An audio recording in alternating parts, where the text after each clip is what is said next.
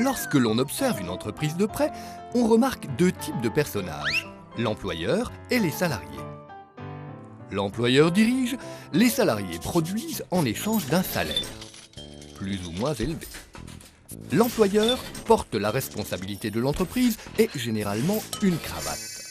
On l'appelle également le patron. Depuis que les entreprises existent, il y a presque toujours eu des conflits d'intérêts entre les salariés et les patrons, qui eux-mêmes rendent des comptes aux actionnaires.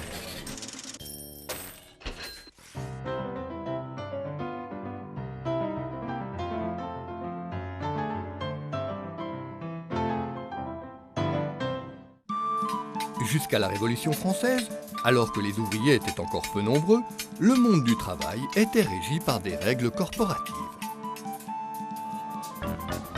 Au début de la Révolution industrielle, des lois ont interdit aux ouvriers de s'organiser, donc de se défendre, alors que leurs journées de travail devenaient de plus en plus longues et pénibles et leurs conditions de vie plus précaires. Logement insalubre, manque de nourriture et d'hygiène, aucune protection sociale. La révolte des ouvriers de la soie, les Canuts de Lyon, en 1831, puis la Commune de Paris en 1871 inaugure la naissance du mouvement syndical qui va rapidement s'internationaliser. En 1884, une loi reconnaît la liberté syndicale. Dès lors, le droit social se construit sur les luttes ouvrières. La CGT, premier syndicat français, est créée en 1895. En 1936, le Front populaire signe les accords de Matignon qui instaurent la semaine de 40 heures, les congés payés, les conventions collectives. Le mouvement de 1968 aboutit à la signature des accords de Grenelle qui généralisent le SMIC à tout le pays et étendent encore les droits syndicaux. 5 centrales syndicales, la CGT, la CFDT, FO, la CFTC et la CGC, sont considérées comme représentatives de l'ensemble des salariés français depuis 1966. Aujourd'hui, les syndicats ont un rôle très important pour l'expression des revendications, comme pour l'ajustement et l'application de la réglementation du travail. Ils participent à la gestion de multiples organismes sociaux, caisse d'assurance maladie, caisse d'allocation familiale, caisse de retraite. Enfin, ils siègent dans différentes institutions, dont le Conseil économique et social, et présentent des candidats aux élections des prud'hommes. Mais revenons à l'entreprise d'aujourd'hui. Depuis les débuts du syndicalisme, les choses ont quelque peu évolué. L'emploi industriel a peu à peu laissé une place de plus en plus importante à l'emploi tertiaire.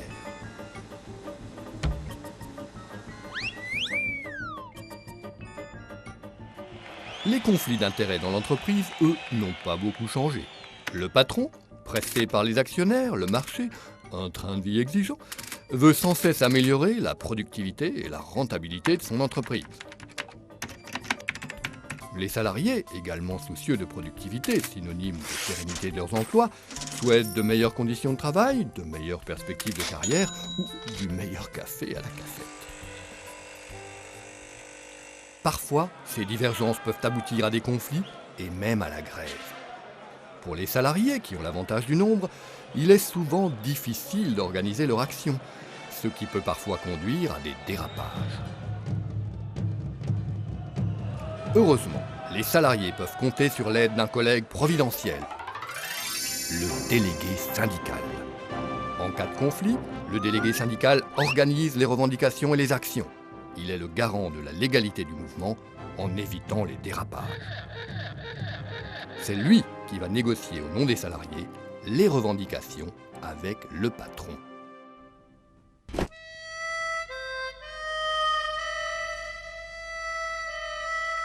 Le délégué syndical est le seul représentant des salariés habilité à signer des accords avec la direction, que ce soit dans le cadre d'un conflit ou dans celui d'autres négociations comme les négociations annuelles obligatoires, salaire, durée du travail.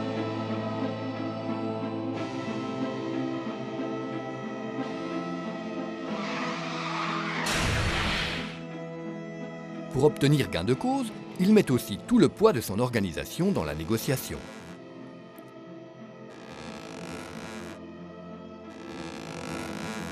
s'il défend en premier lieu les intérêts des salariés, son action est finalement également indispensable au patron. Sans véritable interlocuteur, donc sans dialogue social, il serait très difficile à la direction de trouver des compromis pour sortir d'une crise. À l'issue de la négociation, le délégué syndical rend compte aux salariés du résultat. Parfois, ce résultat leur est favorable, parfois moins, même si le délégué y a dépensé autant d'énergie. Mais d'où sort donc ce délégué syndical? Pour être délégué, il faut tout d'abord être salarié de l'entreprise et être adhérent d'une organisation syndicale reconnue représentative au sein de cette entreprise. C'est le syndicat qui désigne son délégué pour l'entreprise. Le délégué bénéficie de droits spécifiques. Il peut consacrer un certain nombre d'heures de travail à accomplir sa mission. Il jouit d'une totale liberté de déplacement dans l'entreprise. Un local lui est attribué par la direction dans les grandes entreprises. Il bénéficie d'une protection particulière contre les licenciements. Au cas où le patron, agacé par l'action d'un délégué syndical, viendrait à oublier un peu le code du travail, un inspecteur du travail se ferait immédiatement un plaisir de le lui rappeler.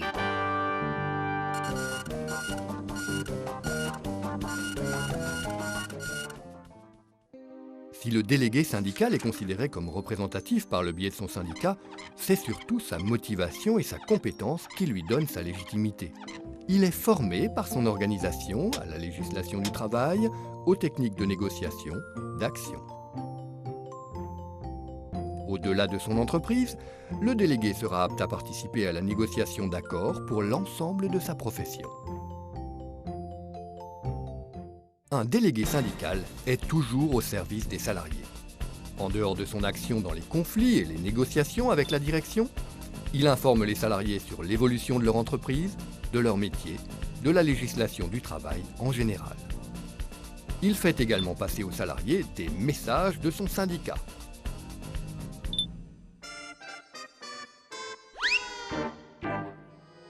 De plus, il a un rôle de conseil auprès des salariés qui ont des problèmes individuels de relations de travail, de conditions de travail ou encore en cas de litiges individuels. Il arrive parfois que le délégué syndical ait d'autres responsabilités dans l'entreprise.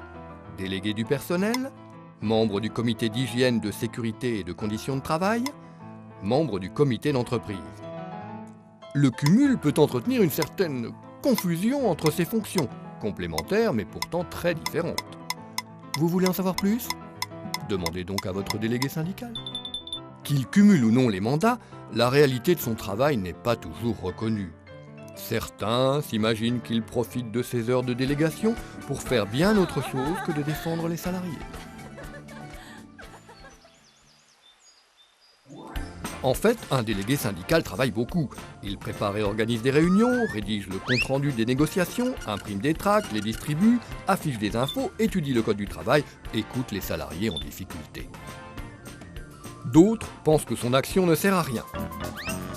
Ils ont probablement la mémoire un peu courte. D'autres encore ne veulent pas s'afficher avec un délégué, sous peine de se voir attribuer la même étiquette. Qu'ils se rassurent, l'engagement syndical n'est pas contagieux. La principale préoccupation du délégué syndical reste de défendre les salariés. Tous les salariés, chacun des salariés.